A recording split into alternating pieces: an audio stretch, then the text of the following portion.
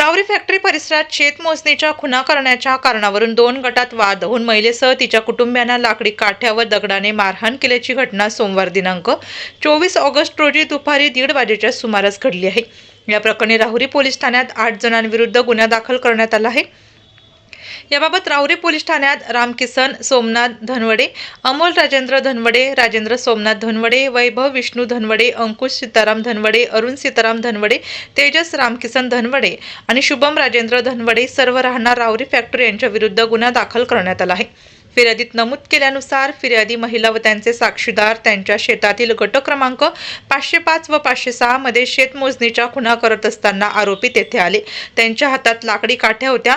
यावेळी आरोपीपैकी एकाने माझ्या जमिनीकडे खुणा करायच्या नाहीत, तुझ्या जागेत कर असे म्हणत वाद घातला। फिर्यादी महिला त्याला समजावून सांगत असताना आरोपीला राग आल्याने त्याने फिर्यादी महिलेस शिवीगाळ करून लाथाबुक्क्यांनी मारहाण केली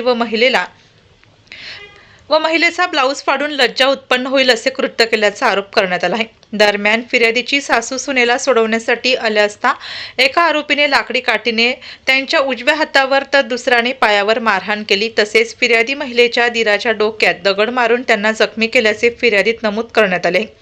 यानंतर सर्व आरोपींनी शिवीगाळ करत लाथाबुक्क्यांनी मारहाण केली। शेतमोजणी करू नका, तुम्ही सामायिक रस्त्याने कसे वागता ते आम्ही पाहून घेऊ, पोलिसात तक्रार दिली तर पुन्हा मारहाण करू अशी धमकी दिल्याचे फिर्यादीत म्हटले आहे।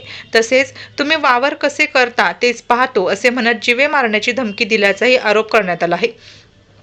या प्रकरणी राहुरी पोलीस ठाण्यात गुन्हा रजिस्टर नंबर 949/2026 नुसार भारतीय न्याय संहितेच्या कलम 74, 118(1), 115(2), 351(2), 352, 189(2), 190(2) आणि 191(2) अन्वये गुन्हा दाखल करण्यात आला आहे।